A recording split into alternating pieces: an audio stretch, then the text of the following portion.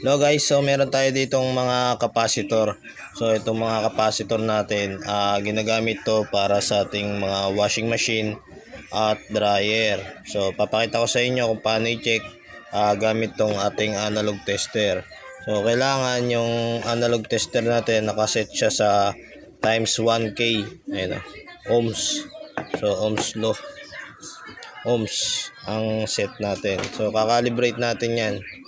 Okay, so papakita ko sa inyo kung paano mag-check. Okay, so dito sa pag-check natin, kailangan i-discharge muna natin yung ating capacitor. Kasi pagka dinerecha natin tong itest, maaaring masira yung ating analog tester.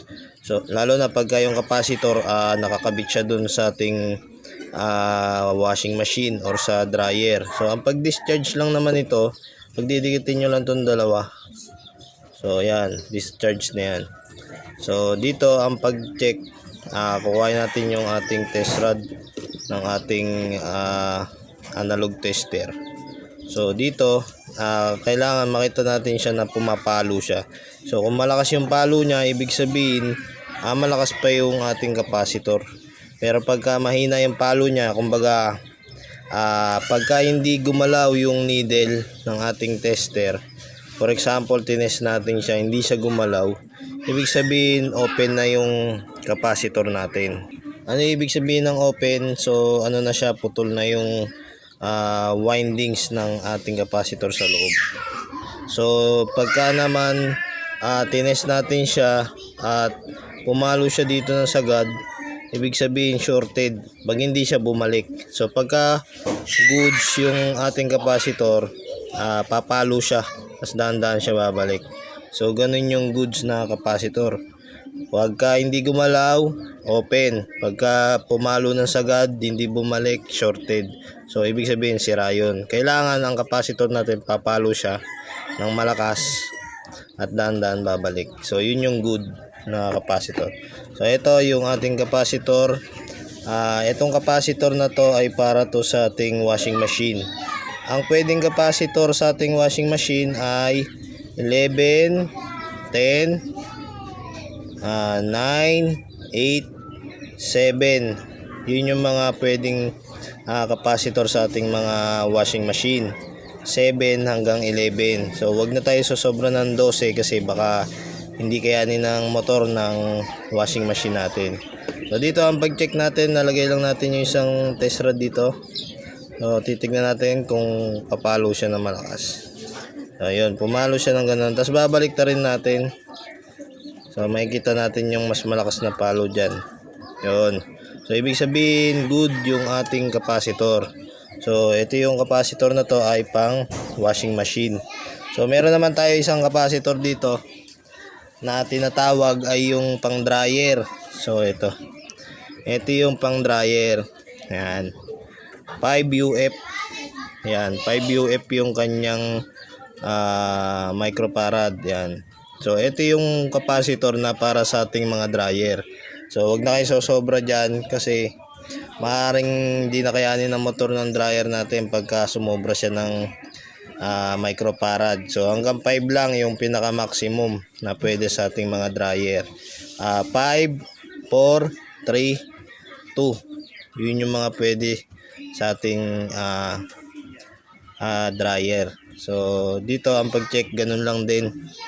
So i-discharge natin para safe tayo. So babalatan na natin to. Okay guys, so pagkatapos natin ma-discharge, lalagay lang natin dito yung isa. So ayan, i-test na natin. Yun, pumalo siya, mahina. So babalik ta rin natin. Ayan, babalik ta rin natin siya. Yun, so hanggang dito sa may 5. Ayan. So dito kasi ang UF nya 5 lang. Yung hindi katulad nung isang washing, mas mataas yun, kaya mas mataas din yung palo niya. Ito 5, nasa kalahati siya. So goods pa ang ating capacitor. Pag hindi siya pumalo, baliktarin nyo para. Pero pag hindi rin pumalo siya, pagka binaliktad, ibig sabihin sira na yung ating capacitor. Ayun. Ibig sabihin goods yung ating capacitor at malakas pa to. So, ganun lang ang pag-check ng capacitor. So, sa capacitor din, makikita na natin kung sira na yung ating capacitor. So, makikita natin meron siyang leak. Dito, minsan nandito yung leak niya. O kaya dito. So, meron din na yung capacitor lumolobo. May lobo dito. So, pagka may lobo na yung capacitor, defective na yun. Maaaring pumutok yun pagka hindi natin napalitan. So, meron tayo isang capacitor na dual. So, ano ba yung dual? Yung mga ganito kasing capacitor, single capacitor to.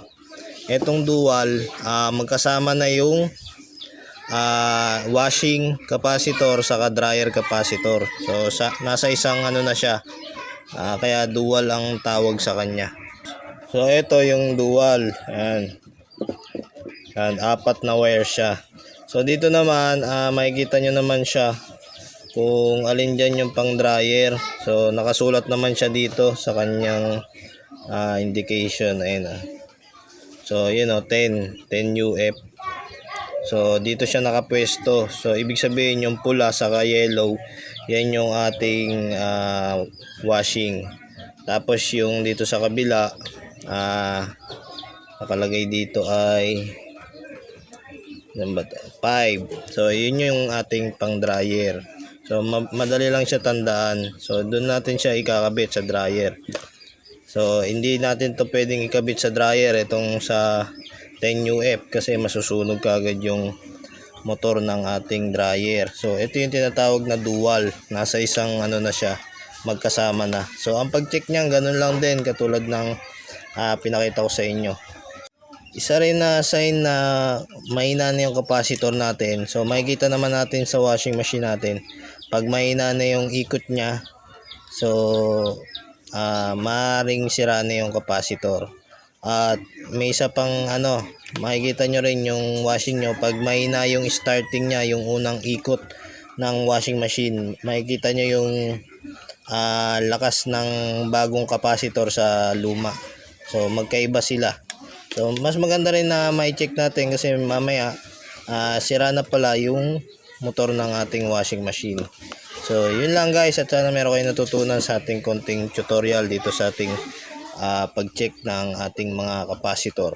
Kung hindi ka pa nakasubscribe, subscribe ka na para updated ka sa mga bago nating i-upload mga videos. Maraming salamat.